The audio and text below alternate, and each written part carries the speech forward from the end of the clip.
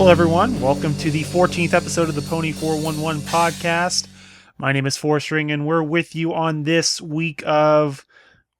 I don't know what the week is, but it's a little before Thanksgiving, so keep that in mind if you're trying to figure out what day it is, or just look at the YouTube date. I don't know, whatever. Do what you will. But this is Pony 411, where we talk about ponies, and especially lately, new episodes, because we've been getting lots of new episodes, and in particular, the third episode. Second, if you count the premiere as one. And with us to talk about it this week, we've got Nemesis. Hey there. And for the first time, after many weeks of us talking about him and blaming things on him when they went wrong, he's in with us tonight to talk about things from the British perspective, which is to say, I don't know. I don't know. But he's here. It's FusionFox. Say hi. Hello.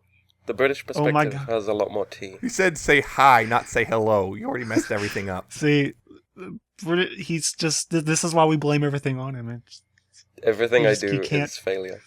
So it's okay. for the whole episode, he's just going to talk about how, okay, the episode, but how does it relate to tea? Well, how does it relate to how I've messed something up recently in my life?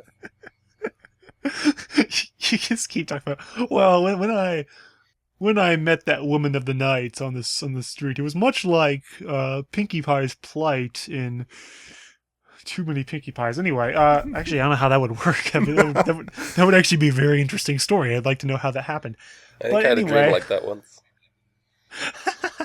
Fantastic. Well, yes, sadly we're not joined tonight by Artfan and LordFunkyFist. They are off doing their thing in life, and we wish them the best and hope they're listening, because if they're not, we'll know and we'll come for them.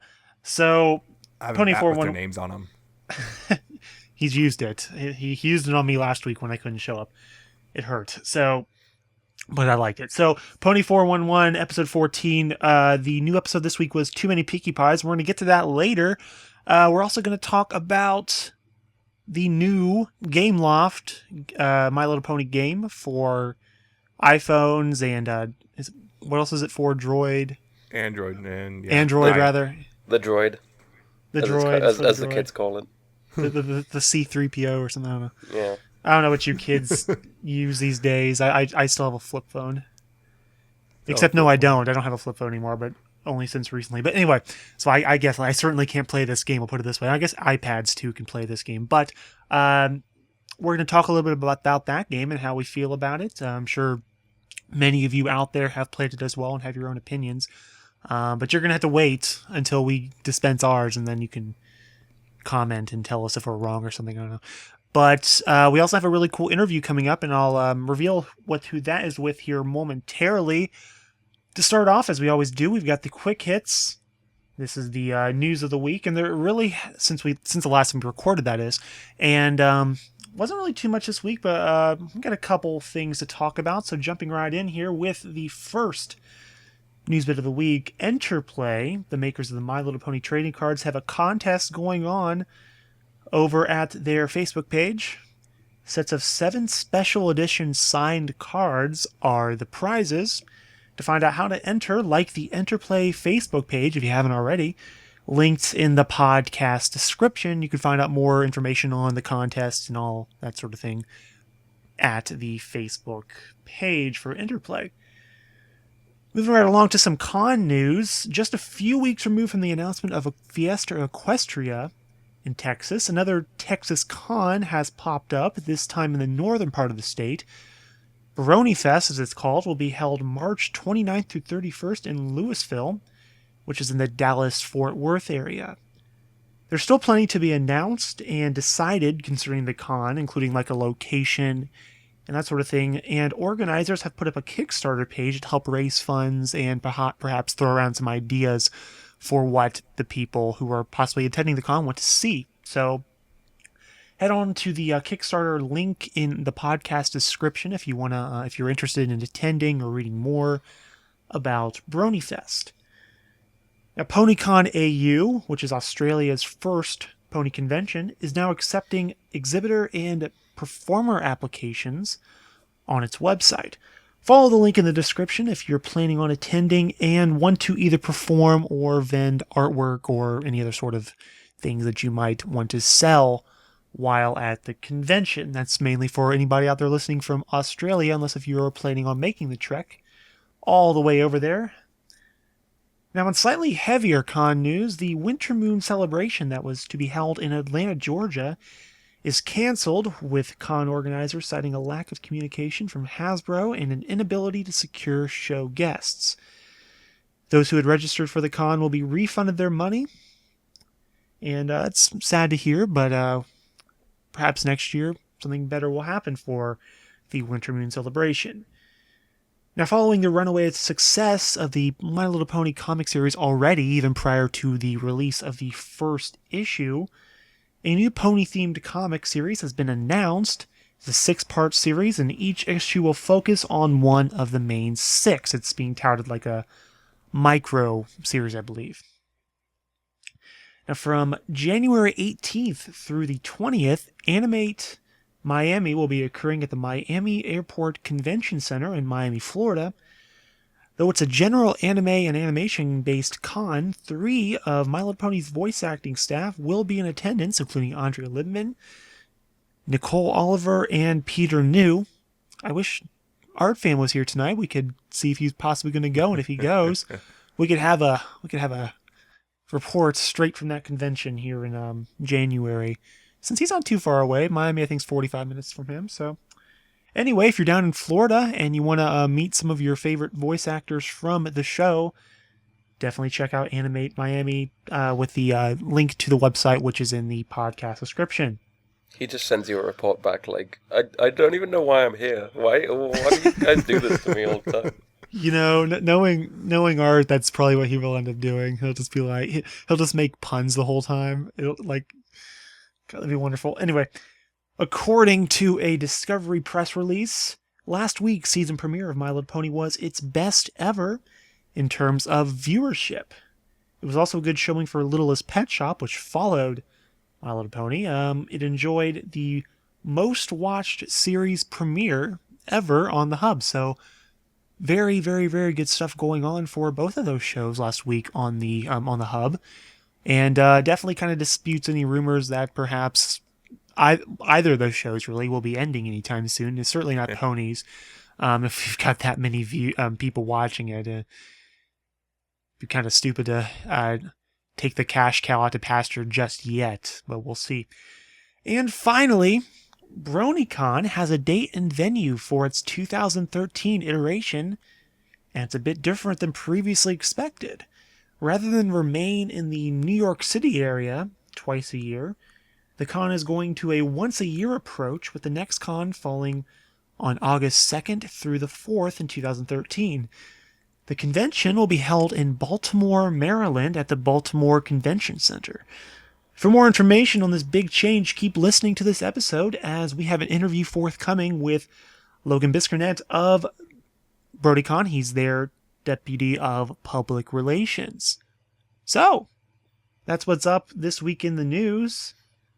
And again, keep listening. We'll have an interview with Logan from Bronycon here shortly to talk about the move to Baltimore, or Baltimore if you are into that. And it's actually funny. A lot of people were saying when it was first announced, they're like, oh, they're just doing this because they have a better pun on the name or something. I'm like, it is pretty funny.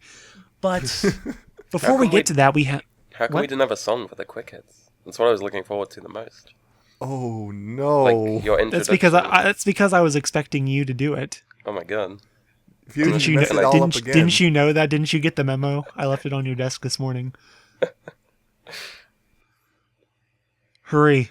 Oh, you want something right now? Save this podcast before it's over. Okay, are you ready? I guess. I'm ready for this. It's the quick hits. There you go. 10 out of 10. 10 out of 10. Would download all the time. That's going to be on iTunes next week, ladies and gentlemen. But before we get to the interview, first we have actually two discussion points this week, as already previously stated in the at the beginning of the podcast. To start off, there was a new episode of My Little Pony this week. It was entitled "Too Many Pinkie Pies," and it was a very interesting episode. Do either of you remember? Can give kind of a gist of what happened in your own words? Yeah, I can do it. Yeah, go ahead. Okay, so starts off.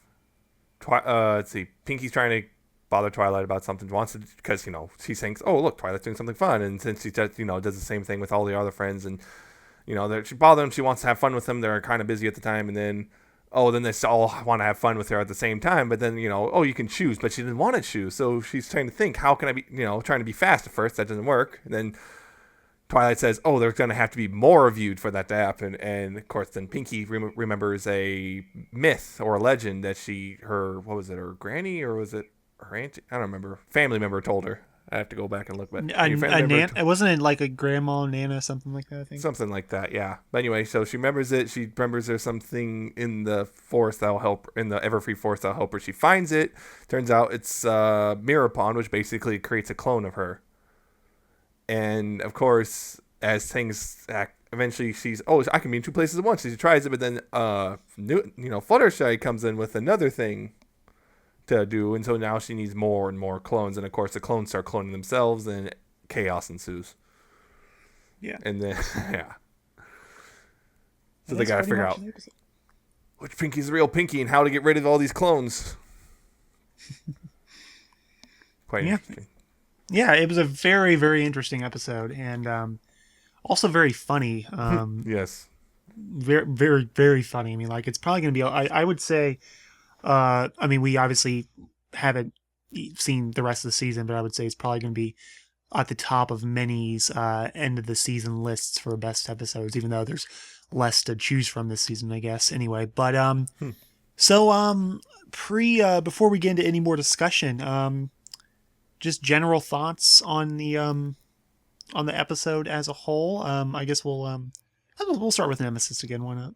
Oh, well, I really enjoyed it. I mean, Pinkie's already one of my more liked ponies of the 6 in particular.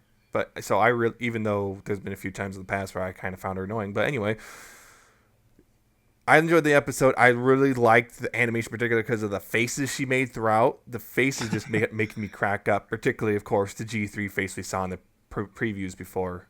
Oh my god!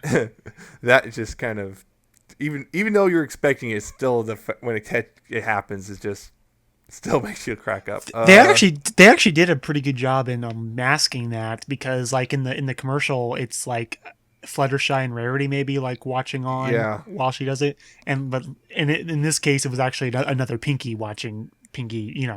So yes. So you really, you expected it, but you didn't expect it at that moment. So that was nice. Yeah. Another little, of course, the little funny thing was the fingers. It's like, oh, that's creepy looking. Well, and plus the whole thing with the whole fandom thing with Lyra and hands.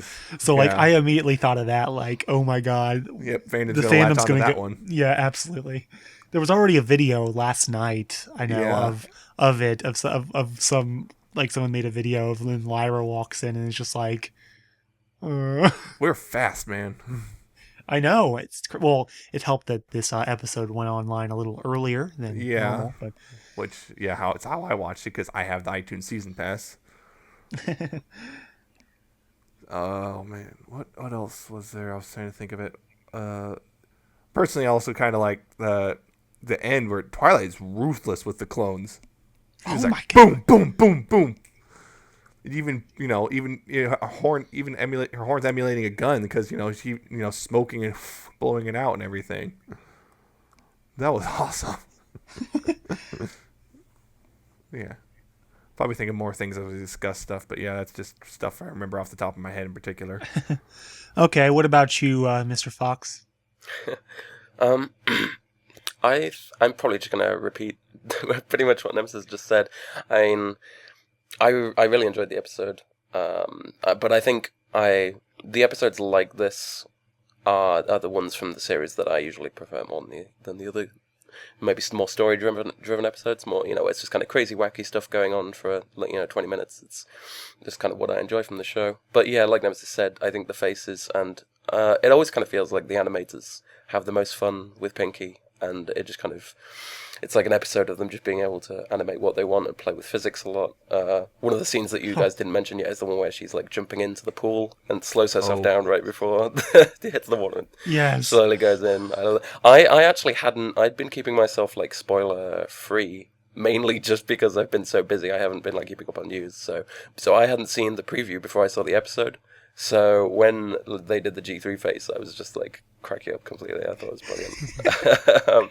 I think another thing just all the faces, and I noticed in the background it seemed like they reused a lot of like the animation and the faces from previous episodes.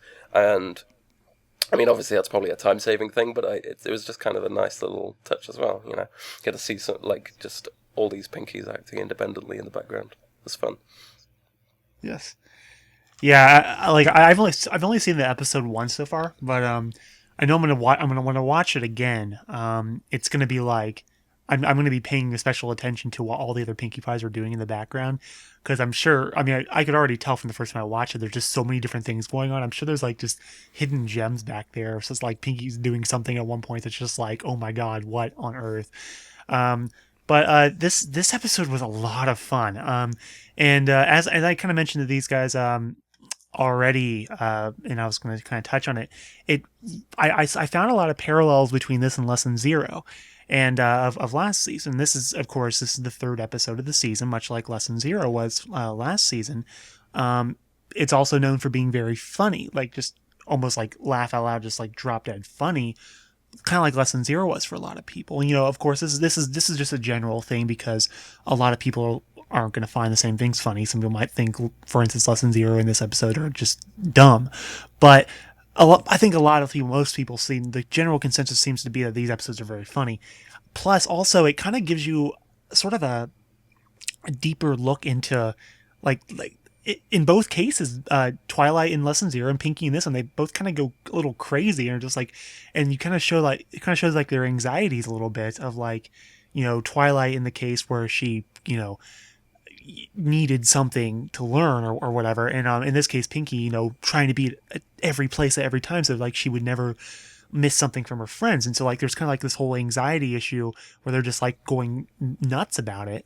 And I mean, there's that one point where Pinkie like yells at Fluttershy about like making things worse for her or whatever, and so to me this is like this is pretty much the front runner for like the Lesson Zero of episode 3, because I think there's just like those similarities. I'm not saying there's a lot of similarities from this, but I think the similarities I just mentioned are pretty big. So because of that, like as I was watching, I'm like, this just reminds me of Lesson Zero. Just obviously a different storyline, but kind of the same basic principles to it. So I really enjoyed that. I'm not sure if that was purposeful or that was just, kind of coincidental, but I really enjoyed that. And just the whole episode in general, we already kind of touched on the animation last week in terms of how it's once again gotten better, and I really enjoyed it this week. I love when they just like mess with Pinkie with physics, as Fusion mentioned, with the hitting the water, like just kind of sliding in. It kind of reminded me of the season premiere when she sets off the party cannon and just kind of like flies into the air like slow motion and then like drops back down when Twilight says whatever she said. I forget what she said, but they mess with the physics so much with her. It's very funny. And Pinkie in this episode, as she's been before, this is not the first time here, kind of had a Looney Tunes quality to her more so than usual.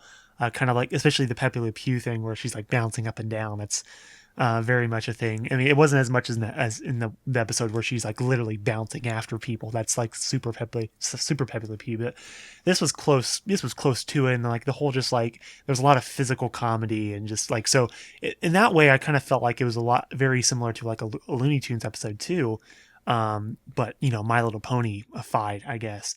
But yeah, I mean that's about all I can think of right now on top of my head. But like, just there was all these other little touches that were awesome. I loved, for instance, that the bear that Fluttershy yes, callbacks.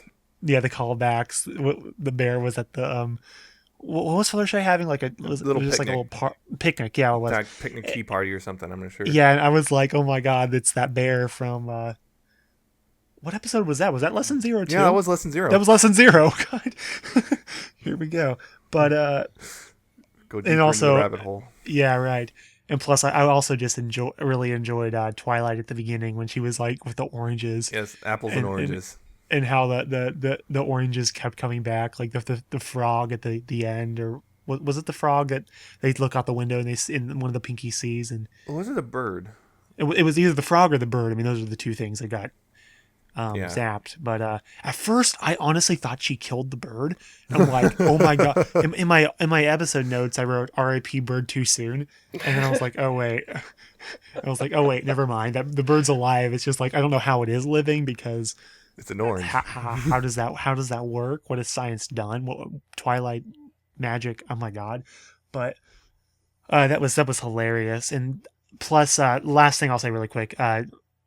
Nemesis, you mentioned Twilight when she was like just knocking off the clones one by one.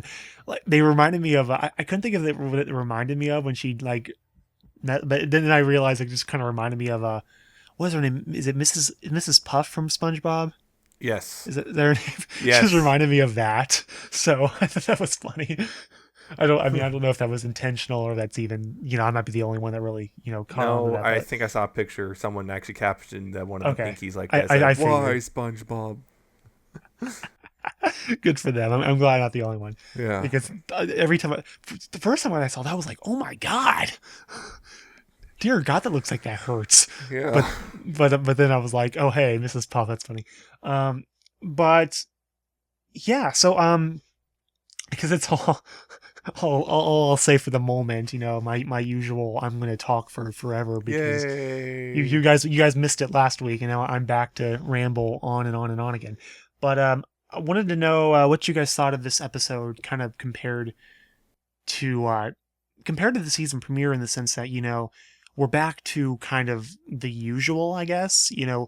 Most episodes are like this. They're short, 22 minutes, which I guess isn't really short. It's just standard. Shorter than, it's standard. It's shorter than what we have had this year. Knowing what you know from the first premiere, and now we got this one. Do you guys think this is shaping up to be a pretty good season? Judging by what we got from the two-parter in terms of like a cool little story arc, and then this just kind of like a standalone. Like we were talking about earlier, there wasn't really much that was mentioned of Twilight's her next level of her studies or whatever, exception being what she's doing to the apple or trying to do to the apple at the beginning. Right. But yeah, what do you guys think? Now we're 3 episodes in. About how the season's going. Are you even more excited now than you were because of what you've seen in terms of this the first episode we've had that's like a so-called normal episode? Well, yeah. I'm just kind of glad that we have it's obvious we're going to have like episodes that are going to be like story arc related and all that stuff. But now, seeing that they're not like sacrificing the quality of the standalone episodes to do the story like arc, that's good. It's like kind of relief because it's like I've seen that happen sometimes with like a arc driven series. Is like you got all the arc episodes are really good, but then when you get the standalone ones, I always feel like they're just filling in space and stuff. And I'm glad that that's not happening with this show because I guess that was kind of a small worry in the back of my mind. Mm-hmm. But because Too Many Pinkie Pies is so enjoyable, I'm just glad that, we just have this to show that, hey, it's still going to be fun. It's not like completely changing. It's not going to be like we're going to have like a bunch of awful episodes in between or filler episodes. Yeah, I would say I'm happy that I saw this episode because I watched the two-parter and then this one. I watched the two-parter just before this one came out and then watched this one right after because I know I'm a terrible fan that I hadn't watched it like on the day it came out or anything, but I've just been really busy. So I watched like all 3 in one go, and I'm not going to fill this episode with my thoughts about the first episode because you guys already covered that. But I don't know. I was a little bit disappointed with the first one. It was like, nowhere near the kind of quality of the Discord episodes, in my opinion. But then this one, I enjoyed so much. It's kind of set my feeling for the series. That it's going to be as good as the previous ones. It's going to carry on. It seems like it's going to be very similar in the kind of level of quality and the kind of stories they're doing. So I'm looking forward to it. It looks good. Yeah. Yeah, this definitely made me excited for what's to come. As was mentioned, they didn't sacrifice any sort of like the charm that most of these episodes have in terms of being standalone, in terms of like getting a lesson across. They didn't sacrifice any of that to be like, oh hey, we've got this kind of like us building, something's going to happen to Twilight thing in your minds now, and we're going to like talk about that the whole time. No, they didn't do that. In fact, really, the only mention of that is very, very, very, very subtle. The whole Apple thing. And other than that, I mean, like, really, that's it. I mean, other than that, it's all about mostly about Pinkie, and so I really enjoy that they went back, are still doing these whole kind of character focused driven episodes where it's like, okay, let's focus on what Pinkie got herself into this week. Next week we'll focus on Fluttershy doing something weird. I mean, I don't think I forget what episode 4 is about, but like the Cutie Mark Crusaders. So it's a CMC episode. Fun. Episode 4, Too Many Scoodles. Scoodle. Oh God, that'd be really amusing. But 3 out of 10. Would never watch again. But so yeah, like you guys, I'm really excited that they've decided or they've kept with sticking to this, and like it's not like they keep playing up the whole Twilight thing, but it's not, they're not making this season just about her. They're still character driven. Yeah, sorry Nemesis, but they're still making this like character driven. This was a Pinkie episode, and it was, I would say it's probably is my favorite Pinkie episode so far. And that's tough because Party of One is wonderful. Oh yes. So it's the fact that you say it's number one, at least for me. It's pretty. I mean, it's got some stiff competition, so that's it's cool that that they were able to make something this awesome. And once again, like I just love this whole. For me, it's like I keep going back to that whole Lesson Zero thing in my head, where it's just like they're so similar to me that I'm just like I love that, because I remember when I saw Lesson Zero last year, I just got so excited that they were still doing really fun episodes, like they could do fun episodes like this, just absolutely hilarious episodes that were still, kind of had the general spirit of the show. And with Too Many Pinkie Pies, I think they've done it again. They've been able to do an episode that I think is funny on multiple levels. Little kids are going to get it, and then there's things that we are going to find absolutely hilarious that like kids might just watch and be like, right over the heads. And so that's exciting. I'm really excited that they're able to still do that. And that makes me really look forward to everything else, of course, but in two ways now, really. One being the what's going to happen to Twilight. Number two being the where are the other 5 going to go next? Or in the case of this, I guess you got the CMC in there too, and maybe Spike, and so I guess it's not just them, but so yeah, and it was also refreshing for this episode was pretty much a Ponyville centric episode. Well, the exception being when they went to the Everfree Forest, which I was glad that they went back to that. I was like, oh yeah, it's been a while, but there was nothing really about Celestia until the ending letter, which once again I'm glad they're still doing that, because you never know. Yeah, so I don't know. There really isn't that much to talk about with this episode. I think, there's not really many themes. Well, at least none that I've really thought of yet. That I'm gonna fun. Except for fun. That's pretty much it. I mean, let's be real here. It's just the Pinkies yelling fun at each other. But so I'll probably think of some more later when I watch the episode a second or third time. But I don't know. Is there anything else you guys would like to add about the episode before we probably move on? Will you allow me to indulge into some overanalyzation? Go ahead.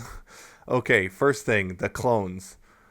I noticed that all the clones seem, and I'm not the only one, of course, but all the clones seem very, very simplified, like one-track mind, like they're budget clones. If you kind Pretty of call much. back to it's just because they all are hyper focused on just having fun. They cannot really think about anything else. So it's like a Pinkie clone, but it's like almost like It's like it almost seemed like the more she split, the more she more cloned degraded they herself, got. the more yes, yeah. So I'm wondering, 'cause of course, a lot of people are like, it's just basically cranking up that aspect of her personality. I'm just wondering. I was thinking maybe what it is. It's whatever she's thinking about when she clones herself is what's gonna be the clone's like focus. So she was thinking about having fun with her friends. That's all her clones want to do. So I just think just notice that it's just really simplified like clones. I'm wondering if it went any further, we'd have clones that are not even able to speak. It kind of confused me. But only say the word fun. That's it. It was a bit confusing how like they seemed like they were a clone of her, but they didn't know her friends' names and things like that. I mean, I noticed that. That was one of the things that tipped me off to that whole simplified. They like, what do they call her? Fluttershutter? Yeah. Fluttershutter, Apple John was Apple John. Something like applesauce. It's like I was hoping they would make more of that joke since they like set it up like that. Having the other ponies seem confused when Pinkie can't remember their names and things like that. But... Yeah. Uh-huh. And the other bit of overanalyzation I get is the Twilight and the apple orange thing, because in the beginning she could not, you notice she was having a hard time turning the apple, but when she got startled, she turned the bird into an orange, no problem. Without even, it was not a struggle. It's just good. But the apple, I'm just thinking she might just be overthinking it because she's the type of person who would do that. Like, she's overthinking and making it more difficult for herself than it actually is. She's thinking, oh, this is going to be really difficult. And she actually can do it just fine, but she's just making it so complicated in her head that it's not working. Right. Yeah, makes sense. Maybe so apples just kind are of more tying difficult. right back into the arc thing again. Maybe apples are more difficult than oranges.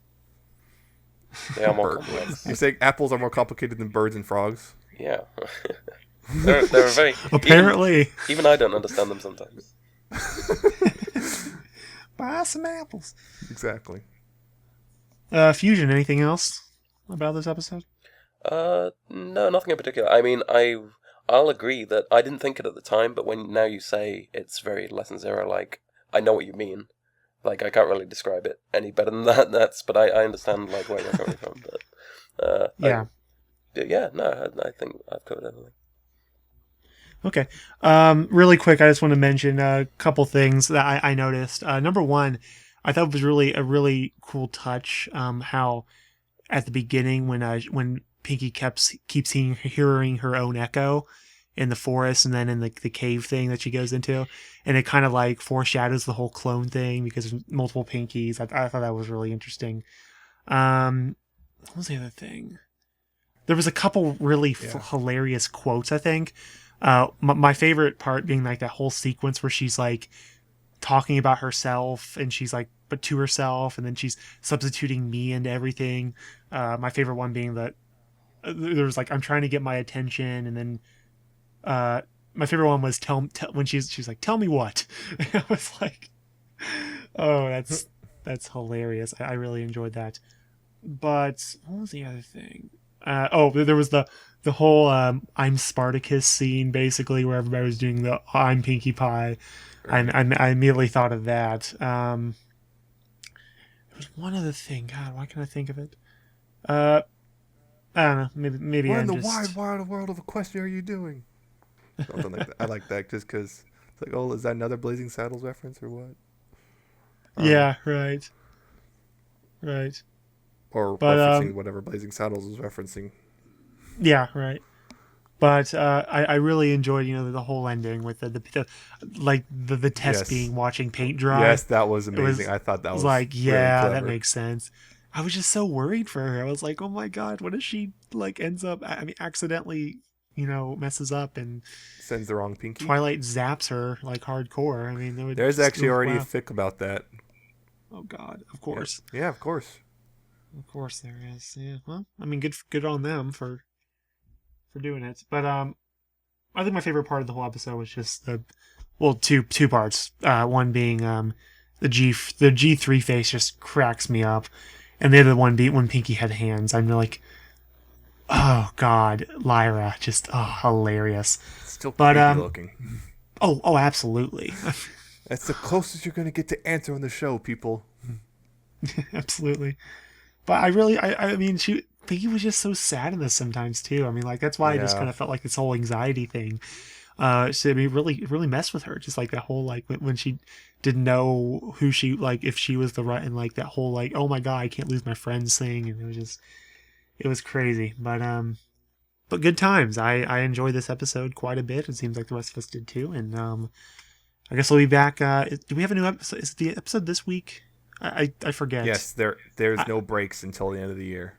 Well, I know though that there's a weird schedule there for a while where like an episode premieres on like a Monday and then there's an episode on a Yeah, Friday. but So- it looks like that's been changed. They all seem to now pretty much consistently be on Saturday. So Oh, good. Okay.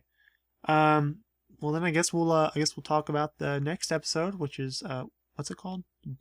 one bad apple, I think. One Bad Apple. Yes.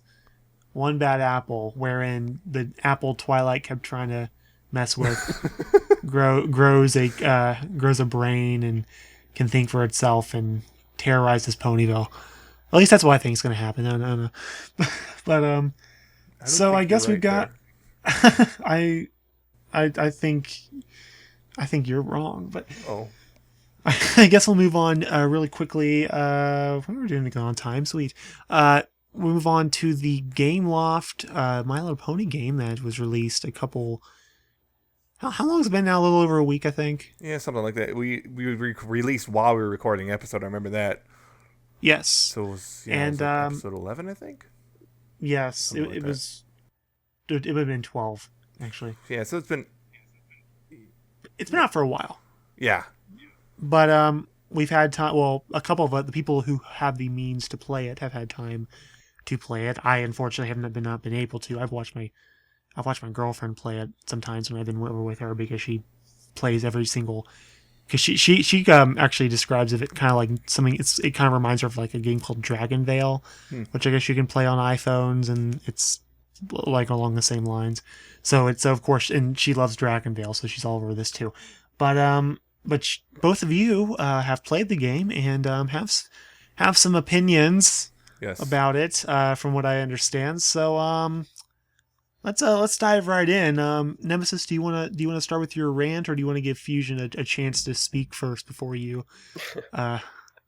Just I've been like playing it while we've been recording this podcast. So well, how's it going right now, Fusion? With your well, no, I'll let Nemesis go first because we yes. were talking about it just before we started recording, and I know he has a lot of planned out points. So I'll let him make his very all right. well planned out argument. All right, yeah, yeah. I've got a lot to say about the game. So yeah, I've been playing. I've been playing it over a week. I got it while we were podcasting. I got it and I started playing it there. And to be honest, at this point, I kind of have mixed feelings about it. Because, on one hand, you got the nice presentation, it stays pretty true to the show and all that. And on the other hand, it feels like Gameloft pretty much succumbed to greed, which really, really kind of honestly pisses me off. So, just to give you a little refresher, like I said, it's on iOS and Android devices, 100% free. Well, initially, you don't have to pay to get it. It's basically a Farmville clone. It's the basic premise, you're Twilight Sparkle, and you have to rebuild Ponyville because Nightmare Moon has enshrouded Equestrian Eternal Darkness. It's basically a retelling of the first episode. So, what you have to do is you have to rebuild you got to make the buildings, which are shops, for ponies working, and you also got to get the buildings, which are, houses for the ponies to live in. And there's also decorations like wells, flags, statues, etc., all that stuff. But, so what you have to do in this game, so you build these things, you assign a pony to work for it, and then to get a built pony, you have to find them in the shop, and you have to invite them, and you have to build their home, and they'll come, and they'll cost you a certain amount of bits or gems or whatever to get them. And, you keep adding buildings, you keep adding ponies, and it keeps adding up, and, you get more bits and all that stuff. And you just keep growing the town. Every time you, and then, with the buildings, they give you bits and stuff when you tap on them. And they'll give you bits and element shards and stars help you level up overall because you start at level 1 and you can go all the way up to level 60. which can take a long, long time to get there. I'll tell you that much. But the basic point is you get to get these element shards so you can activate the harmony stones, which are hidden in the darkness, and you have to unlock all these areas. You get the element stones, you unlock them with a certain amount of shards, and you also got to get all the main 6, and then you can defeat Nightmare Moon. Again, just like the first episode. So the game also, on top of that, has mini games which you use to level up the ponies, because they start off with 0 stars and they can go up to 5 stars, which the idea is they can do because each building, each shop has a second and third position open to put a pony in, and you be able to put those ponies in the second and third positions. So they have to have a certain amount of stars, like 2 or 3, or even later on they have to have 5 stars to be able to do it. So you got to level these ponies up by playing the mini games, and there's 2 of them, or 2 basic ones. There's the ball bounce minigame, and there's the apple picking minigame. The ball bounce one, you just kind of swipe your finger on the ball, and you kind of play catch with the pony until the time runs out. And then it levels you up a little bit. The apple picking one, you control the pony going left and right and just try to catch all the apples while avoiding the bad ones. And again, it's time limit and all that stuff. You level up. And, it's fun for the few bit. It's fun for the few times. Then there's 2 more mini games that you don't play regularly, but they do pop up.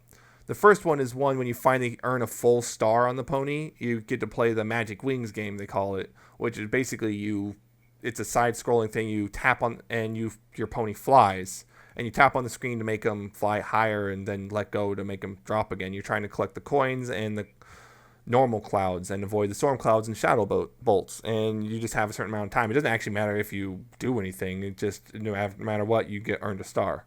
So that's the basic overview of the game, right? No big deal. And wait, almost forgot because it's so rare you get to play this one, unless you're willing to pay, which is the balloon pop game, which you go to the balloon tent, which is ran by Flim and Flam, and you go there, you pop some balloons, and it gives you stuff like bits and element shards, and maybe, if you're really, really, really lucky, a gem. I mean, really lucky. But anyway, because you can already kind of tell that I've got a little bit of ire built up. But just to get the positives out of the way first. Art style, like I said, very faithful show. Then they did a very good job of translating the 2D ponies into 3D models, and except for a few nitpicks, like a lot of Pegasus wings look really odd, particularly certain angles, and like Luna and Celestia in particular, their hair looks kind of weird sometimes. You got the main 6, of course. You got even background ponies, fan favorites, even named properly. You got Bon Bon, Lyra, Octavia, and it's not called Final Scratch, but they do refer to her as DJ Pony with the 3 and everything. And they even have, which is I was surprised to see this, they have 2 of the big Lebowski ponies in there, and the dude is Jeff Latrotsky, and they even got and the other one is the Jesus of all of them. They even have Derpy make an appearance, which actually surprised me, but she's completely unnamed. She's kind of more of sort of an Easter egg type character. She hides under a box on the map, and you tap her, and she gives you a few extra bits. So there's also they also even got some of the voice actresses to actually do some voices, including for all the main 6. So Tabitha St. Germain, Andrew Day Lemon, Ashley Ball, and Tara Strong for the main 6. They even got Kathy Weissluck and Nicole Oliver to do their voices as well. There's a bit of dialogue like in the beginning. They got the nice little movie thing, which is done in the style in the opening of the very first episode. But towards the end it changes a little bit just so it fits for this game better. And it sounds great. And it's like when you first play, it's like this presentation is great, and you're playing it. The tutorial's pretty easy. It's simple to pick up. It's not really complicated. And then after a few minutes, you start realizing something has gone very, very wrong. So it's free, which at first is like, oh, that's great, but then it's a free to play, which is not necessarily a bad thing. I mean, there are some great free to play games out there, but this is the worst kind, which is the pay to win variety, which basically means they're trying to get you to pay as much money to them as possible so you can actually beat the game, which is ridiculous. So you feel, because you finish a few quests which are in there to they're things like build a new shop, get a new pony, earn these many bits, etc. Real simple tasks. But the thing is, as time goes on, it takes longer to do everything. Like all these, like the very first building you make, very first shop is going to be the windmill, and that gets you a bit every second or so. No big deal. But then as time goes on, you realize that is your first few buildings you get within the first 10 minutes, no problem. And then the next building just tells you to build is like way out of your price range. It's like a couple thousand bits. You're like, oh, wow. And you're notice. And then the later buildings, it takes longer to earn bits to make more money, which doesn't make sense. You're actually earning money slower in the newer buildings than you are in the early buildings. And cost of everything goes up exponentially as well. So it takes you much longer to earn bits. And it takes costs much more to buy anything, so it just becomes exponentially long. And this is the first time and the game's just kind of sitting there, like, and you can just see right there, it's just a little simple button to press, and it'll give you an option to go buy some more bits with real money. And the thing is, you got 6 different options. You got a $2, a $5, $10, $20, $50, and $100. The game gives you an option to pay $100. For a bunch of gems or bits. And the thing is, because the game gives you bits fairly easily, but then you realize it gets even worse because the gems, it almost never gives you gems. The problem is later it starts asking you to pay gems to be able to do anything. Like, oh, you want to speed this up? Pay like 2 or 3 gems. The game starts you off with 10 total. Eventually, it's trying to get you to pay like 15 gems or something to do anything. So it's so fickle about. It's so, Scrooge-like practically about giving you gems. I mean, eventually gives you bonuses for playing, like, oh, we met to day 5. Congratulations, you've been playing for 5 days. Here's 2 gems. And that's the one that really gets you because you got to pay for more gems. It's ridiculous. And I just couldn't believe it. I mean, out of an experiment, just for the sake of review, I got $5 worth of bits, $5 worth of gems. They did not last me 10 minutes. Not even 10 minutes. It is insane. I just can't understand why they thought this was the way to go. So these gems. So at first you're like, oh, yeah. So at first you pay like $5 and they'll get you a bit, and then when you realize it really doesn't last that long at all, you're like, oh God, this is not good. And I can't even I'm just so angry about this sometimes. I'm just thinking about my first experience. And the timers, you're like, well, I can just earn it. No big deal. It's like, it's a little slow, but I can deal with it. I'm patient, right? Wrong, because eventually you get timers that literally last over a day on these shops. There is one of the shops that lasts 22 hours. That's one of the mid-level shops before you get any money. And it only gives you a couple hundred bits. And then, okay, but even worse, some of the gems are required. You need these gems later on because you need the main 6 to finish. Two of them cost you gems, and a lot of them. Because at first it doesn't seem like it's too much, but when you realize how slowly you earn gems, it's insulting. Rarity costs you 90, which is a long time. Rainbow Dash, she's the last main 6 pony you get. She costs you something like 500 gems. And someone did the math, it will take you over 2 years if you're not willing to pay it all. And there's also Celestia, which costs you either 950 gems, or you can take a chance, pay 25 gems, and hope you get her in the balloon pop game. Which is also annoying because there's 3 versions. There's the free, the 25 gem, and the 30 heart version or whatever. I don't remember exact values off the top of my head, but the free version you can only play once every 24 hours, and the payout's really, really poor. And then the heart thing, I didn't even talk about that because that barely even works. The heart thing is this social currency. For every friend you add, you get another heart. Which, seems fine in theory, but here's the thing. The Gameloft network they're trying to make you use, it barely works. If you're on Android, it doesn't work at all. On iOS, it's barely working. It craps out a lot, and sometimes it claims you have 0 friends, even though you have 3 on your list. No problem. But no, it won't let you. It won't let you do anything, and then all of a sudden it'll freak out, and oh, there it is. Whereas with the Android version, it constantly signs you in and out. It just, you sign in, it kicks you back to the game, and then it kicks you back to the little sign-in thing that says sign in, because it will not stay signed in. So with Android, it's impossible. Particularly since one of the later quests, you're supposed to get Scootaloo, and Scootaloo costs you 50 heart gem things, whatever, social currency, 50. And the game starts you off with 25, and you're just supposed to add more.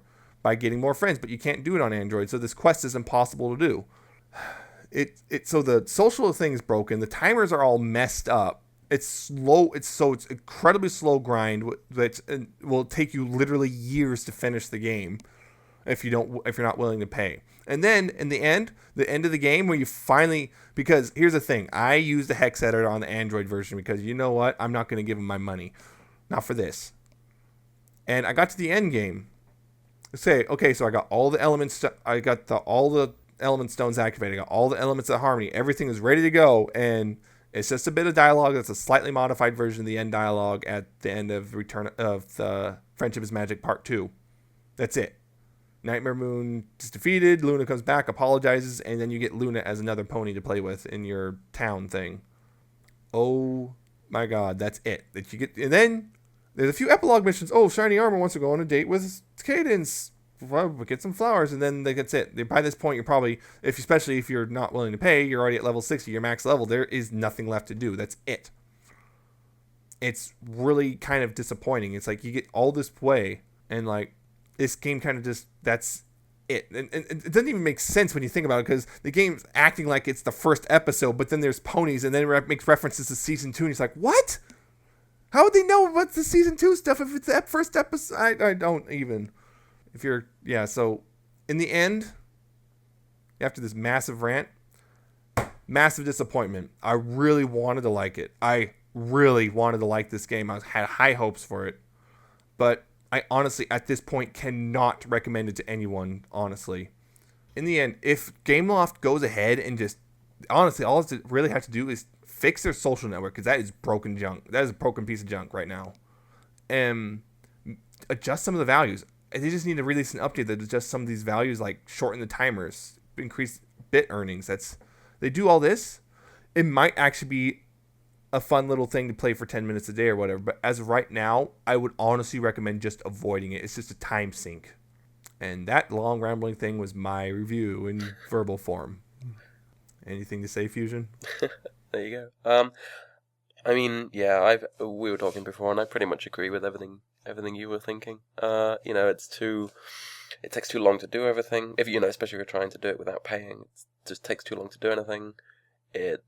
When you are doing things, there's not really enough variety to keep it interesting. It just seems like the kind of the big picture, the idea they were going for was good. It was like a good, well done for trying, but it just needs some little adjustments to make it more fun to play, and in some cases playable at all, really. In the cases of the social aspects, that's completely broken. But I mean, like you say, I'm on iOS, and I've managed to get it working. The social thing, I've went out to the My Little Pony Reddit and started adding everyone that had put their names on there. So I've been getting a few chests and stuff. But yeah, it just takes, like you say, it's just really a waste of time at the moment. I don't know why I'm still playing it. It's right, because it gets you addicted, and you just think you might be able to actually maybe find some inkling of fun.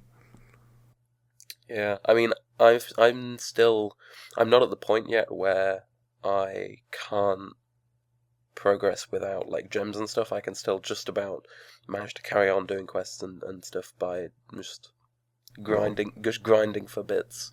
But I'm pretty sure soon I'll. But yeah, I think I've pretty much. I'll soon be hitting the point in the game where, yeah, it just takes too long to do anything, or you need to put money in, and I'm not going to put in money, not at the prices they have on there anyway. Right. Ridiculous price.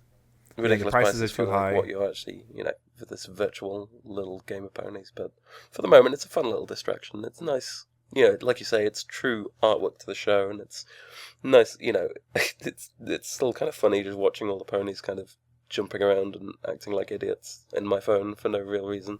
But yeah, like I said, rarity will cost you 90 gems, and you need her, which is just and I have insulting. 3 gems, and that's all I've really had through the entire game. Yeah, and because the game kind of pushes you in the beginning to spend a bunch of gems, and not letting you realize that they're going to be very, very rare from here on out. Another thing I thought about the game was that, this might just be me being stupid, but for whatever I guess the target audience is the target audience of the actual show, and I actually found the game kind of confusing to begin with. Like it took me a while to get used to why I was doing all these things, and what all the different, what the results were of putting the different ponies in different places, and what all the different, what I could use the gems for. And it's like you say, it kind of tricks you. It kind of gets you to use the gems in a way that you probably don't want to later on in the game. But right, yeah, just out of curiosity, because like I said, hex edited version, the Android version, I was just was trying to get through it as fast as possible, so I was constantly burning through gems. I mean, I'm serious. I burned through thousands of gems. It was just ridiculous how far I had to take it. It's like, oh my gosh. And it just, since it's the end game is such a letdown, it's like, oh, that's it. All that work just for that. And yeah, you're talking about the target audience thing earlier, and I didn't even think about that, but this seems like completely missing the target audience entirely. Yeah. I mean, I think they would have been better making just a $10 or like $10 downloadable game and make it like a platformer or something. That probably would have worked out so much better. It'd be interesting to see if Gameloft actually has other similar games that they sell when they've just like reskinned it or given new graphics and then just use the same engine behind it or not. Yeah. I've heard they've made other Farmville-like games, so would not surprise me if it was just a rebuilt, a slightly tweaked version of an existing game. I know that you were saying before as well, like, they, Gameloft have taken like the route of greed with putting all the prices as high as they are. It makes me wonder how much money Gameloft is getting compared to how much money I'm Hasbro just worried. gets. I'm just worried that I'm also worried that people are just gonna dump money on it, because I've noticed some of the people in this fandom have very loose pockets. Yeah. I'm just worried that people are just gonna be throwing the money at. I'm like, please don't. I implore you, if you have this game, please try not to spend any money on it. Try to send them a message that you're not gonna fall for this. Please. I gave him $10 and I felt like just for the sake of review, and I felt like I overpaid. Because I mean, yeah, this money you give to the game is probably not going to go towards, helping the show or anything like that. Like, downloading from iTunes might a bit more, I suppose, even though Apple takes their cut from that. But yeah, like I said, Celestia is 950 gems. That is the equivalent of $70 by herself for a little pixelated picture. Yeah, for Celestia, which means Rarity is just shy of $10, and Dash is like something like $40-$50. It's just, I cannot even imagine how they came up with these prices. Like, what planet they're living on where they think people will pay. Maybe people will pay that. Maybe it's just me. Yeah, I know some people are willing to pay for that, and that scares me. And what's really also sad is on the reviews for both the iTunes and Android version. I'm looking, or iOS and Android version. I'm looking. It's like tons and tons and tons of 5-star reviews. And like, this is not a 5-star game. It's not even a 4-star game. I'd honestly probably rate it 2. And I think the only reason I've noticed there's like a 5-star review and people are like, oh, it's great ponies, and but this kind of sucks. I'm like, why'd you give it a 5-star then? It's a pretty terrible game. I don't really want to play it anymore. 5 out of 5. Exactly. I'm just like, once I hit that level 60 on the Android version, like, I'm done. I don't care anymore. I saw what I wanted to see. I got enough for this review. I'm done. It's ridiculous because just the timers are too long. The bit production is too small. Another thing, I didn't even cover this. I just kind of, if you do the math on like the shops, adding a second pony doesn't help you at all. It just takes away from putting that pony in another shop where you can earn more bits, because then you don't get a decreased timer or increased bit production or anything. It's just wasting. It's just you only really should start adding more ponies to shops when you have more ponies than shops. Yeah. Which you will hit eventually. No, it's like we were saying before. It's the whole the mechanic is kind of broken, because it's like putting ponies on the more expensive shops doesn't help you.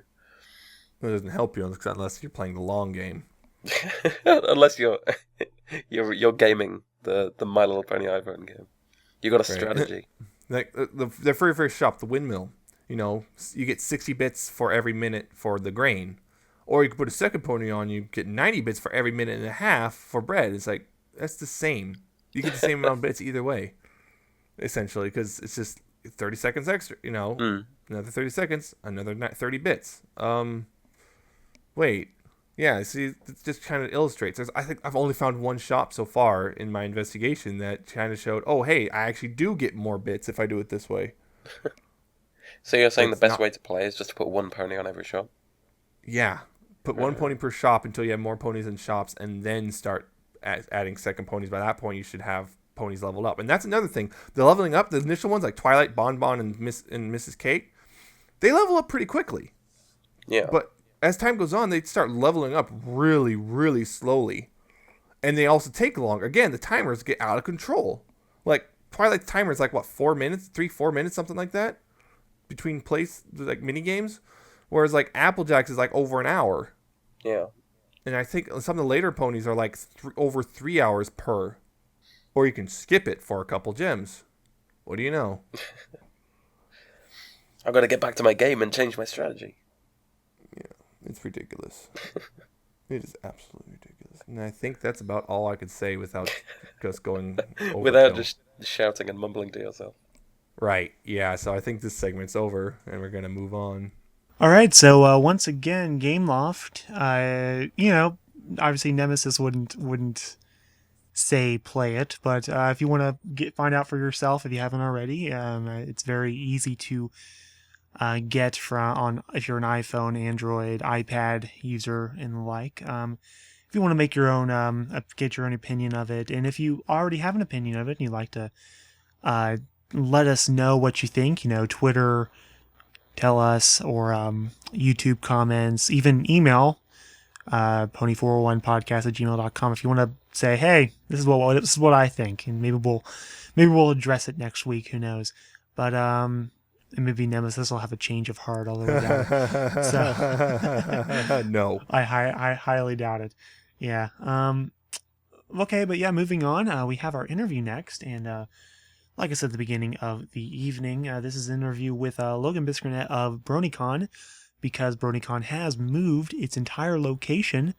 It's no longer, last year it was in it was in New York, and then it was in Secaucus, New Jersey, which is outside of Newark. And this year it's going to be, or next year I guess, it's going to be in Baltimore, Maryland. So good for those of you near Maryland, I guess, but bad for those of you who are in New York that maybe have to travel 3.5 hours now to get to it. All goes, that's still not very long. Regardless, decided to talk to Logan. He's the deputy of public relations at Bronycon about the move and what it means for Bronycon in terms of why they moved and what they can do with the new location. And a couple other things. Obviously, this is since it's about 250 days until Bronycon. They couldn't reveal too much to us about who's going to be appearing. So, word to the wise: don't expect any sort of like revelations or anything about so and so is going to be there or whatever. But lots of really cool stuff in this interview. So I'll just take it away. This is an interview with Logan Biscornet of Bronycon. All right, ladies and gentlemen, a couple days ago, you heard the announcement that Bronycon is moving to a totally new location for 2013. That's August 2nd through 4th at the Baltimore Convention Center in the Hilton Baltimore in Baltimore, Maryland. To talk about the move and some other quick things, I have with me the Deputy of Public Relations, Logan Biscornet. How you doing, sir? Great. How are you? I'm just perfect, thank you. So I just wanted to talk to you a couple quick things about the con, at least the things that you can reveal so far, because as many of you out there know, we still have over 250 days until Bronycon 2013 comes to us, so there's still a lot to be revealed. But Logan, to start off, I think the question on a lot of people's minds, if they haven't figured it out already, is you have gone from, first you started out obviously in New York City, and then last year over to Newark, New Jersey. This year, 3.5 or so hours away down to Baltimore, Maryland. Why the 3-hour change down to a different state? Well, first of all, we were in Secaucus last con, but anyway. Sorry. Oh, hey, no problem. Yeah. But anyway, we looked at a ton of venues all throughout the Northeast and surrounding, and Baltimore was just the best choice for us this year. It's plenty of room. We can have pretty much as many bronies as want to show up, and it's just the best place for us. So why would the move be, from the last place? Like, what would you say was wrong with Secaucus that made the necessity be that yes, we need to move this convention somewhere else? We had a lot of complaints about things like the acoustics, and also, honestly, it just can't fit as many people as we're hoping to have this year. Okay. Any idea on an estimate of how many people you're hoping for right now? Ooh. There's been a lot of discussion about this internally, but we're looking at around 6 to 10,000, I would say, and we're pretty prepared for numbers above that, but that's the range we're aiming for. And was the last one 2012? Was it 4,000 people that you were able to fit in there? Yes, it was. Okay. 4,000. Great. Okay. So, I'm moving to a totally different city. Not just that, but there's like a totally different convention center here, like a totally different location for the con. What will this location, like the Baltimore Convention Center, what will this allow you to do? Does this location allow you to do that you weren't really able to do at the last location of the con? It's actually going to let us do a lot of things we've been looking at. Like, instead of just 2 rooms for panels, we have many more. We're still trying to cement details on exactly how many, but we'll be expanding pretty greatly there. And also, as I said, it can fit a lot more people. For instance, in the concert setup we have, we can fit around 6,000 this year. And when you say the concert, does that mean like concert as in perhaps Bronypalooza or just, other events in general? Bronypalooza. For panels, that room can fit about 3,700, I believe. Okay. So you're definitely planning on having this Bronypalooza in a much larger, possibly, 6,000 capacity area.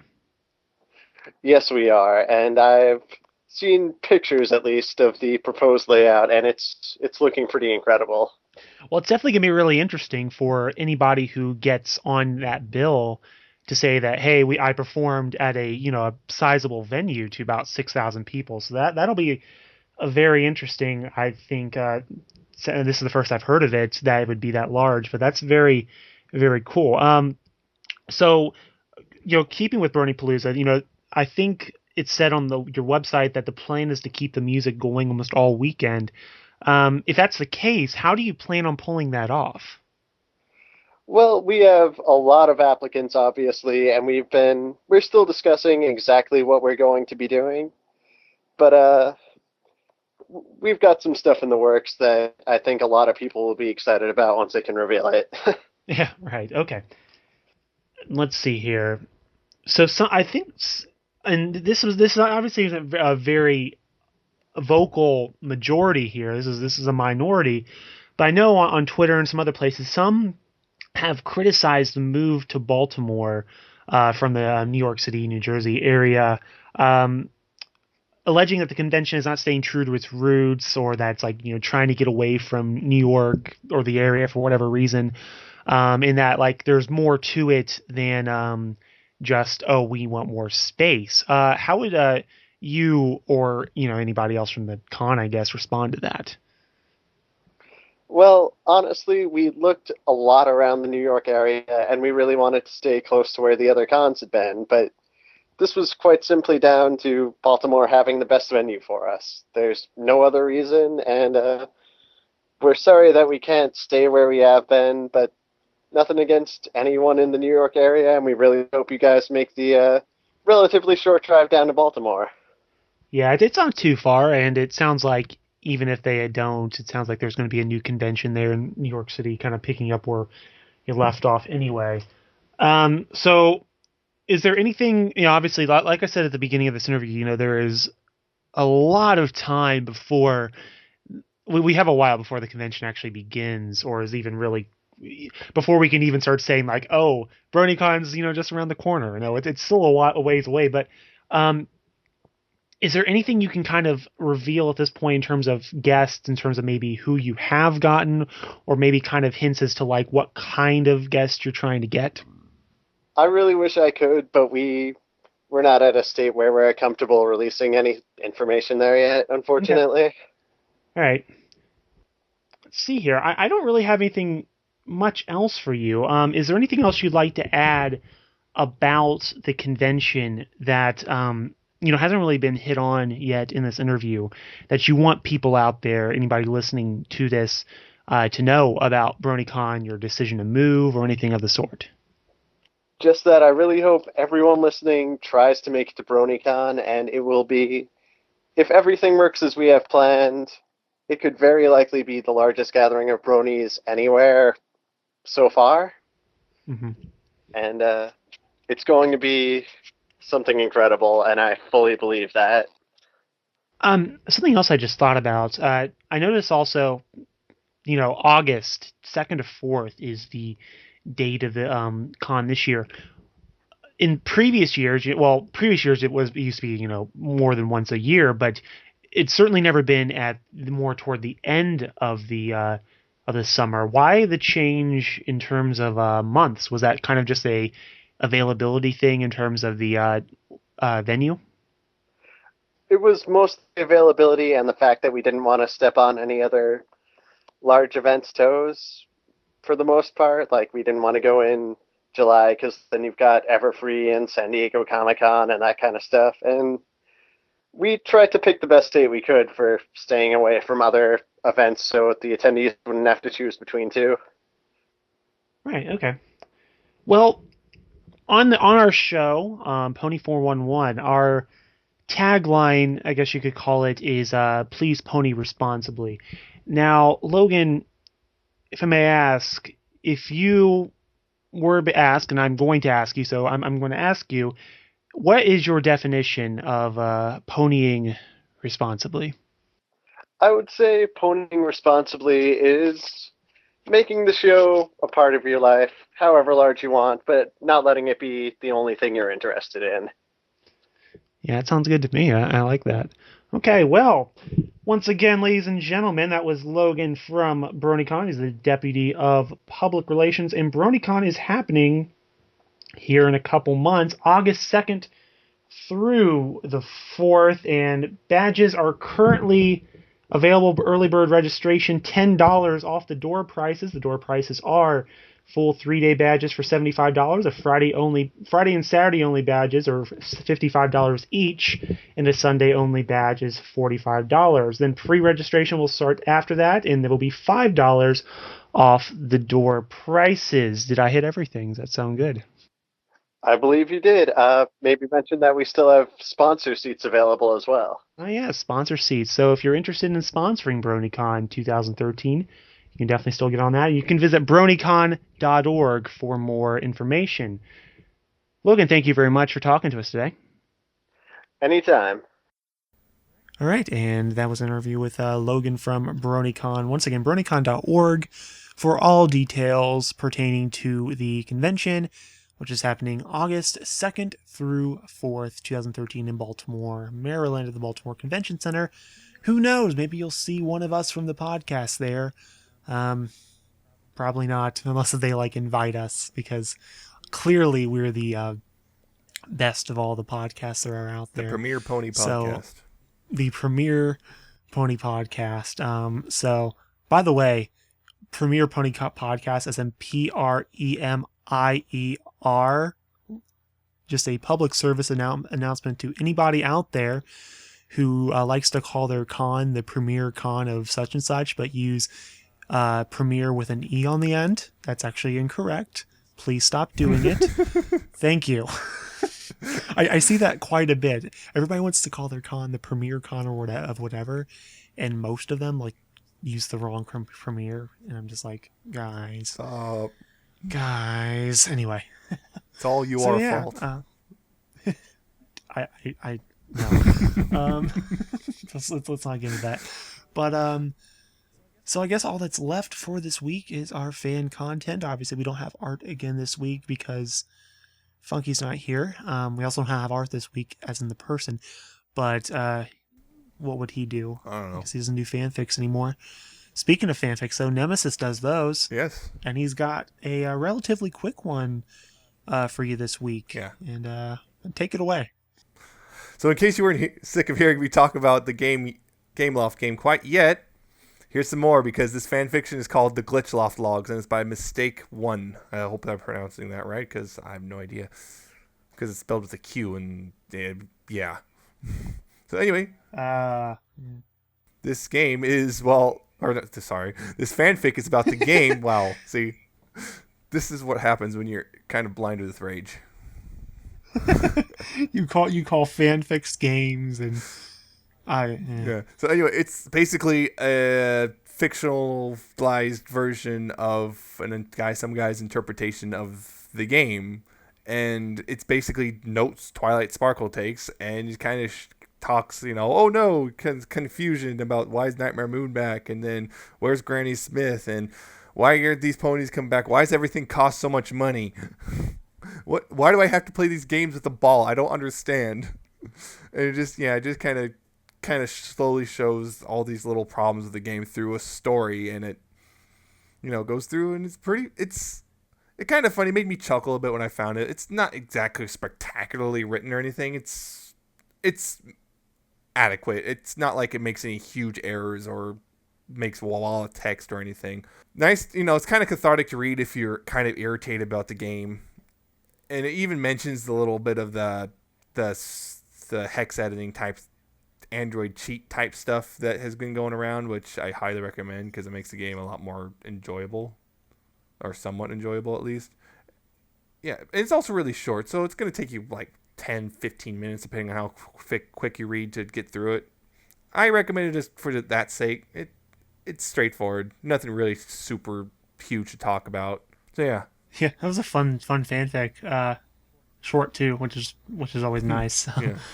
It didn't take forever to read it. 30 chapter but epic. I mean, yeah, right. And coming from someone who hasn't played the game, I mean, it's hard for me to. I probably can't empathize as much as like people who have played the game whatever. But I'm sure it's even funnier or more interesting if you actually played it. But very amusing read at the very least, and yeah, like you said, it's not crazily well written, but it's adequate. It's definitely good enough that it's for like where you're not like turned off by like the spelling errors or anything. And yeah, it's fun. I really enjoyed it, and I love how like it's day such and such, and then after a while, it just doesn't matter anymore, and just it's pretty funny. That's what happens when you're actually playing the game. Yeah, right. But yeah, very, very, very amusing story. And like, I didn't even think about it being a possibility for a fanfic, and I read it, and I'm just like, oh, that makes sense.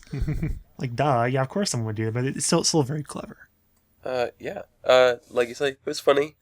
It's a nice little. It was a much better use of my time reading that than actually playing the game for 10 minutes. So, but no, it was funny, right? And it kind of it was well enough. Yeah, it was written well in a way that the points it made were just kind of subtle. It wasn't really like going on and on about all the problems with the game. It was just like I was. Yeah, it was. Yeah, it wasn't too long. It was just quickly pointing out like the things that everyone else is obviously frustrated with and kind of putting a little funny spin on them. It's fun. Cool. Well, if we got nothing else to say about the fanfic for this week, I guess we'll move on to our final little section of the night, which is the music section, the fan music. And I've got 2 songs for you this week, but combined they're about 21 minutes long. So don't think you're getting off too clean this week. In fact, I almost just did the one song because it's 14 minutes long. I was like, that's pretty much enough for like 1 week. But I decided to go with 2.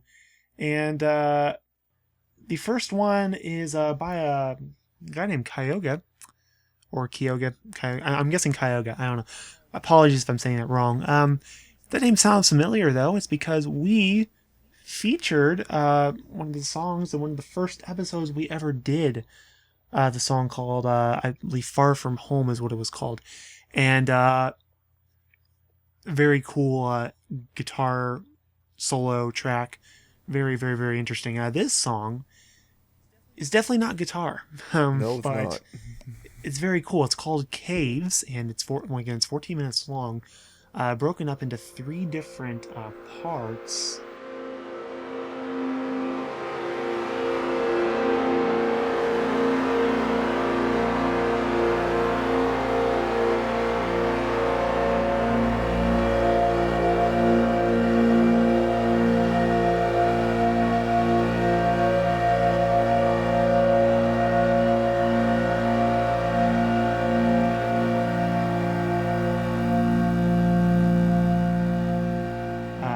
Movements, I guess they're called. Even though each of the 3, the differences between them are only they're very slight. I mean, the song itself kind of retains the same kind of mood throughout the whole thing, which is creepy, kind of vast, like alone almost, and it's. This is a very, very, very fun song. Not fun song. What am I trying to say here? It's a very interesting song, but it's kind of fun to listen to in a weird way because like it's different. It's not your usual pony song, and it's cool to kind of get like this whole idea in your head, which is of this character being down in like this cave and like under the underground when something is like going on up top, and but you're down here like in solitude. And the song itself is very like ambient, instrumental, almost to the point of kind of industrial, or if you're familiar with a certain type of music genre called like noise, it's kind of like ambient noise in a way, and kind of adds that whole industrial thing, but mine is the whole, like, if you've ever been to a live noise show, there's like power tool sounds, and it's actually deafening. This is kind of like on the softer side of that, and this song, I believe, comes from an album that was just released a couple days ago, called Soft Spectrum, and this is a compilation album where these musicians contributed to, and it's supposed to be like a softer chill out vibe. I quote from the YouTube link, but yeah, it's a very, very interesting song, and again, very long, but it's not the kind of not industrial, it's not the kind of ambient instrumental that you just put on in the background to kind of like just listen to when you're doing something else, as sometimes we've had on this show. This is something you actually it kind of keeps you interested, and you want to keep listening and hearing the slight nuances, slight differences in each passing minute or so of the song. It's very creepy, and I definitely, again, Kaigas is wonderful, and this is just another one of Kaigas songs that I'll be continuing to listen to as the weeks progress, because, well, we all know how much I love instrumental stuff, because I feature at least one a week, it seems like, at this point. But yeah, very interesting song. Speaking of interesting songs, there's the second one this week. It's shorter by about half. It's about 7 minutes long, which is still a pretty long song. It is by the L Train, which I hope that's a reference to the L Train in Brooklyn, New York, and if so, fantastic. If not, whatever. But it's called a symphonic metal tribute to A Candlelight Wedding.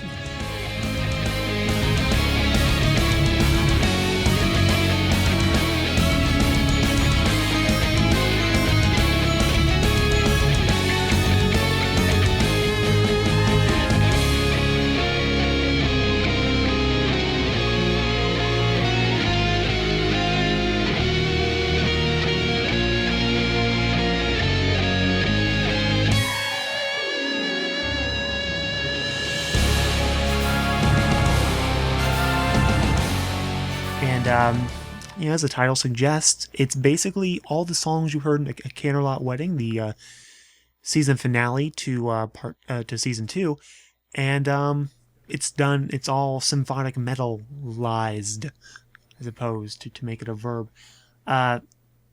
But so I mean, it's very straightforward. I don't really need to describe too much more. I mean, like it is what it is. If you're familiar with symphonic metal, then you are already fully aware of what to expect. I'm sure lots of guitars, lots of keyboards, synths, and no vocals in this case. The guitar plays the what will be the vocal line in the episodes, but this it's all strung together. It's 7 minutes long, so it's not like it's just BBBFF, for instance, and it stops and then goes to the next one, stops, goes to the next, it's fairly seamlessly put together. And I'd say it hits its peak with This Day Aria's rendition. I mean, it's just, that song sounds like the kind of song that was just made for, to have this kind of thing done to it. Very epic, very, very cool sound. Elton, very, very good guitarist too. So all in all, a very, very cool song for anybody out there who loves the songs of the season finale of season 2, which most people seem to.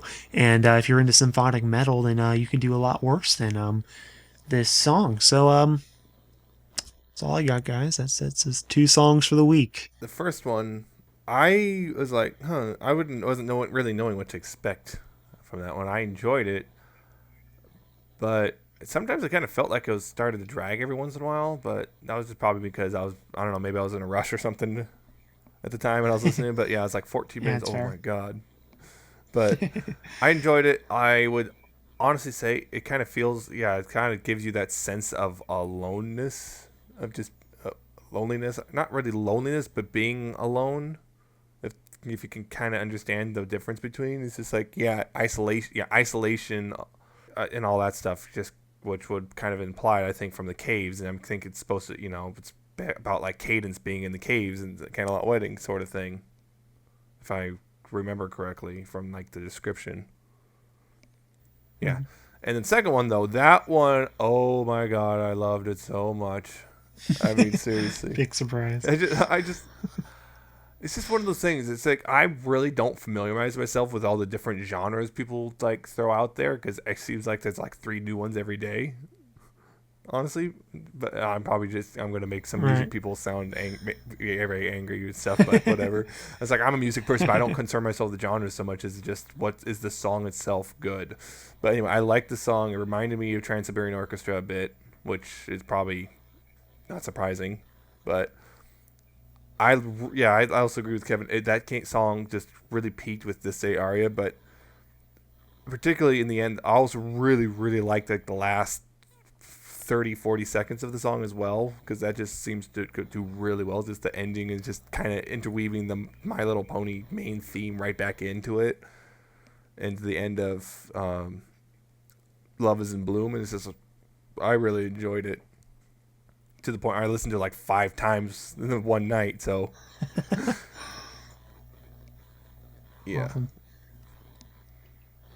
Fusion, anything to say about the songs? Yeah. The first one, I would say, it was good. I liked it. But I have to disagree with you, I'm afraid, where you said that you said it's not the kind of thing you would put on in the background. It's the kind of thing you want to kind of listen to and try and pick out all things. I would say I did that like the first time I listened through to it, but I did feel that it was very ambient, like you said, but for me, I don't think there was quite enough kind of going on. Maybe I wasn't paying enough attention. Maybe I can't like pick out all the bits as well as you, but I didn't feel there was much going on to kind of bring me back to listen to it again. Or what it reminded me of was like in like the background music in video games. If there was like an underwater cave level, that's really what it made me think of. I thought of that too. But cave level. Every game, generic cave level. The cave level is always after the sewer level. So yes, of course, yeah. But that's really what it reminded me of, and it did really set the scene, like in your mind as you were listening to it. So I think it'd be really good.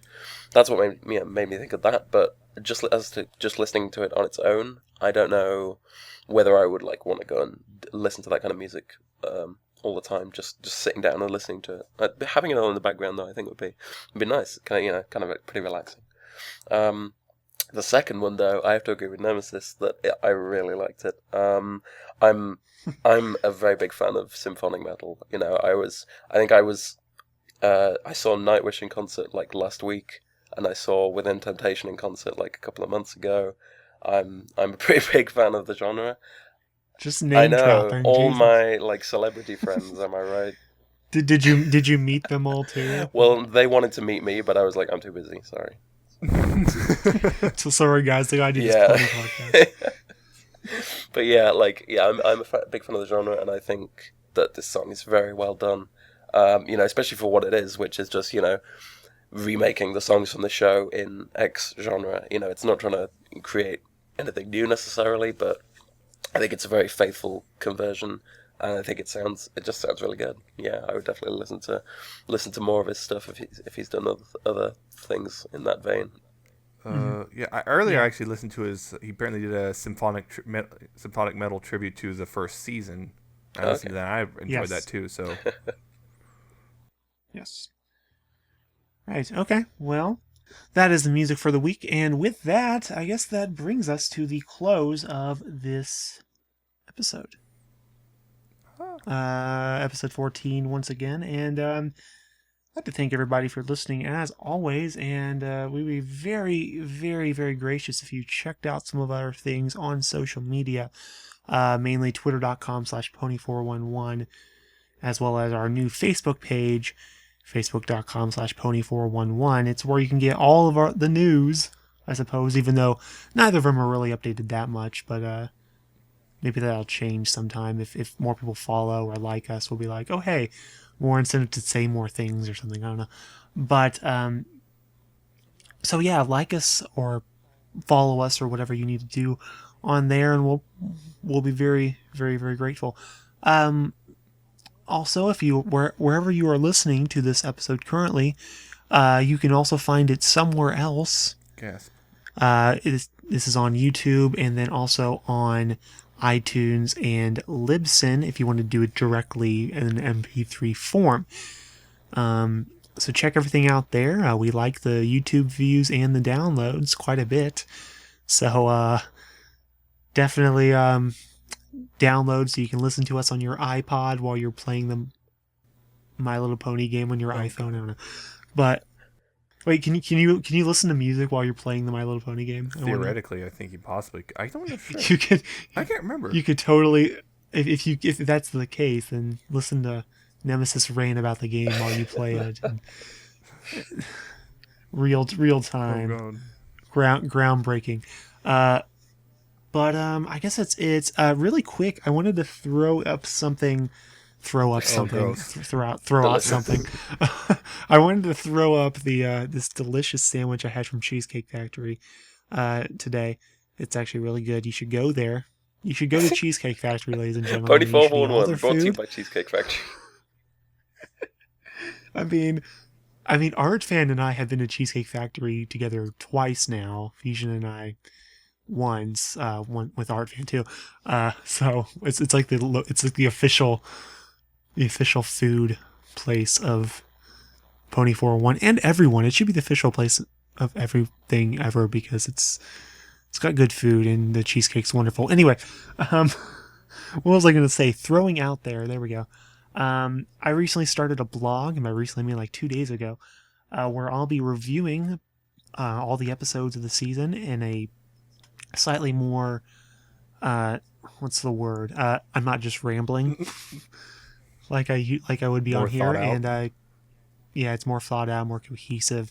Plus, I'm a writer anyway as my general job, I suppose. So like I get things across better in the written word than the spoken word, which is why I'm doing a podcast, obviously. So if you want to check it out, I called it the Canterlot Review because I wanted to give it some cool name. I don't know, but it's not like directly going against Equestria Daily or anything like that. Like I'm not like trying to make my own news site. Totally is. Don't listen to him.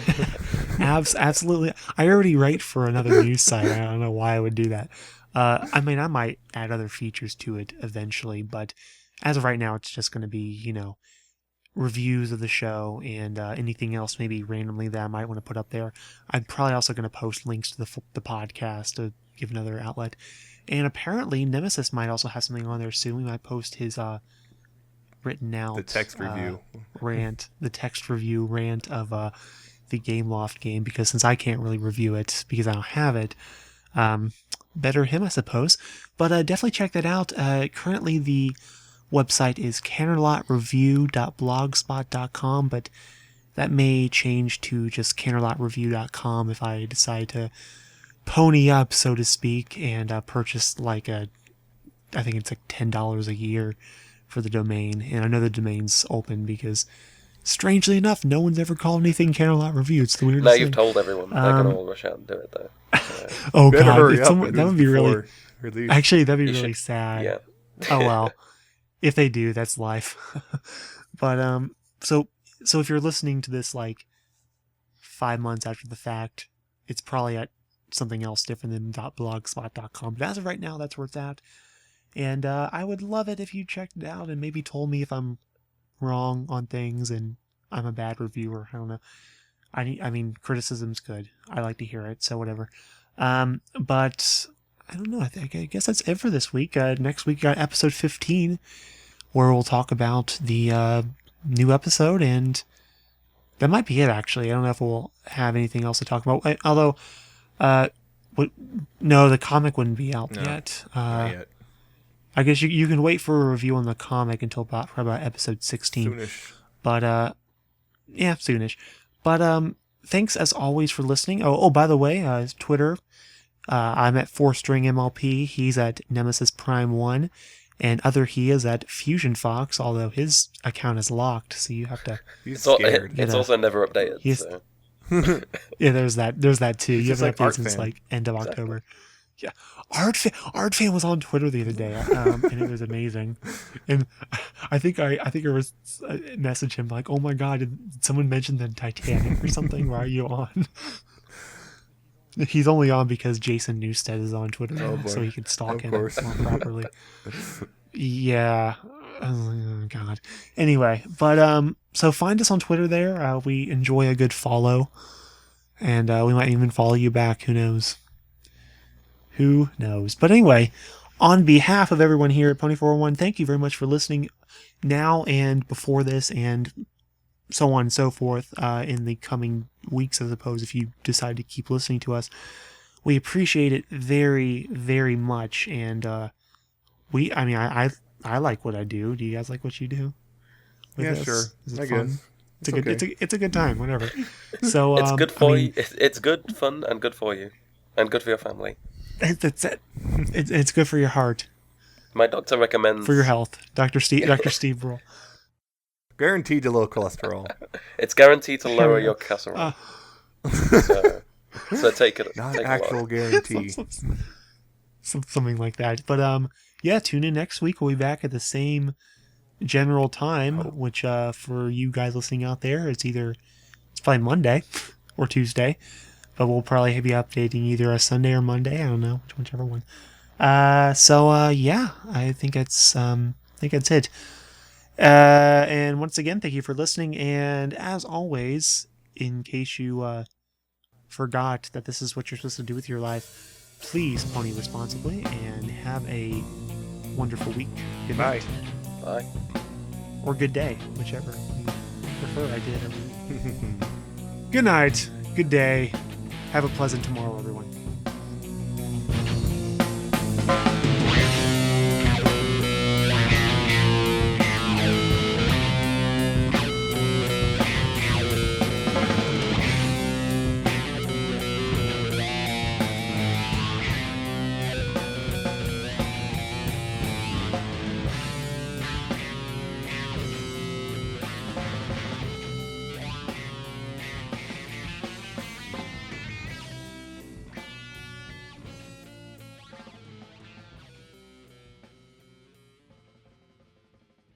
Oh yeah.